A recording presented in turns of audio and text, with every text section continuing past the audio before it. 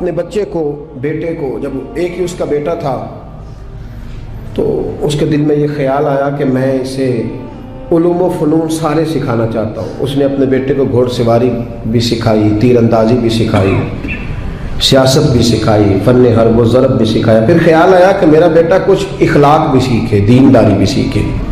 ایک درویش تھے شیخ حسن، ان سے کہا کہ حضرت میں چاہتا ہوں کہ میرے بیٹے کو گھر آ کے پڑھا دیا کریں۔ توجہ ہے میری بات پر؟ میرے بیٹے کو تو حضرت فرمانے لگے کہ اگر تیرے بیٹے نے پڑھنا ہے تو میں نہیں گھر آؤں گا، وہ میرے گھر آئے گا۔ تو وہ کہنے لگا حضور میں بھی دیکھ ہی رہا تھا، مجھے بھی ایسا خوددار عالم ہی چاہیے تھا، خوددار عالم چاہیے تھا۔ بہرحال حضرت کے گھر وہ پڑھنے جانے لگا تو مسلسل 6 سال وہ طالب علم پڑھنے گیا، اور عام طالب علموں کے ساتھ اس شہزادے نے بیٹھ کر تعلیم حاصل کی۔ جب تعلیم اس کی مکمل ہو گئی، وہ مکمل طور پر فارغ ہو گیا، فنون اس نے پڑھ لیے، علم و ادب اس نے سیکھا، اخلاقی باتیں اس نے سیکھی، دین کے حوالے سے ضروریات سے حضرت نے اس کو آگاہ کیا۔ جب کافی حد تک وہ ان چیزوں کو سمجھنے لگا تو ایک دن وہ بلایا اس کے والد کو کہ اب تیرے بیٹے کی تعلیم مکمل ہوگی۔ اور محدث اعظم پاکستان رحمۃ اللہ تعالیٰ علیہ فرمایا کرتے تھے کہ مجھے میرے استادوں نے جب دستار فضیلت کی تھی تو میں نے وہ پگڑی کا کپڑا سنبھال کے رکھا ہے، اور جب میں مروں گا تو میں نے اپنے بچوں کو وصیت کی ہے کہ مجھے کفن بھی اسی میں دینا، اس لیے کہ میرے اساتذہ نے یہ گواہی دی ہے کہ اب یہ دین کا چھوٹا سا طالب علم بن گیا۔ ایک دن جب فارغ ہو گیا تو استاد نے اسپیشل بلایا، کہا شہزادے کوئی کام ہے گھر آؤ۔ تو وہ طالب علم تھا، وہ گھر آیا۔ جب حضرت کے کمرے میں داخل ہوا تو اندر سے انہوں نے کنڈی لگا لی دروازے کی، ہاتھ میں درہ لے لیا، اتنی زور زور سے درے برسائے کہ اس کے وجود پر نشان پڑ گئے، مارتے گئے۔ میری غلطی استاد جی۔ اس نے کہا چپ کر، غلطی پوچھتا ہے نالائق۔ پھر مارا، پھر مارا، بہت مارا، اور جب بہت زیادہ مار لیا تو خود بھی پسینے سے شراب، دروازہ کھولا، چل دوڑ جا۔ شہزادہ تھا نا، باہر کھڑے ہو کے کہنے لگا حضور آپ ظلم کر رہے ہیں، مجھے بتائیں تو صحیح میری غلطی کیا ہے؟ غلطی بتا کے مارے تو ٹھیک ہوا، پر میں تجھے غلطی بتاؤں گا، چل نکل جا۔ اس نے گھر جا کے اپنے ابا سے کہا، بادشاہ سلامت سے، کہ استاد جی نے ناجائز مارا ہے۔